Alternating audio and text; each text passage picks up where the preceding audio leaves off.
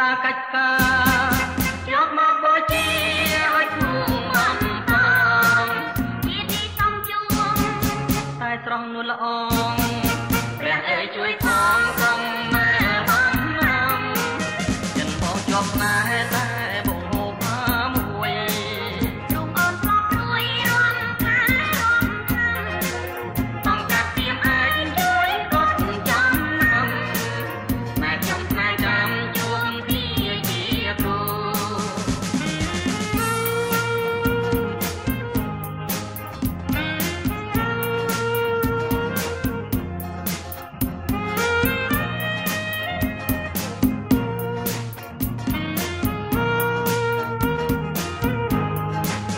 អំបងតែថ្មីស្រីកំរាំងតុង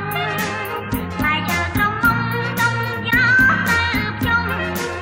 បងចាំជួបអូននៅវត្តអាយភ្នំ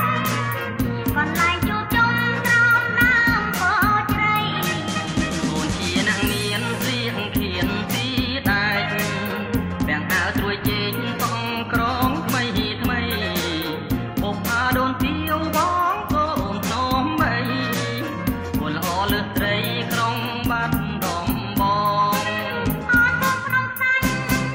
បងដើរកាច់ការយកមកបូជាឲ្យគូអំផងទីសំជួងតែត្រង់នួនល្អង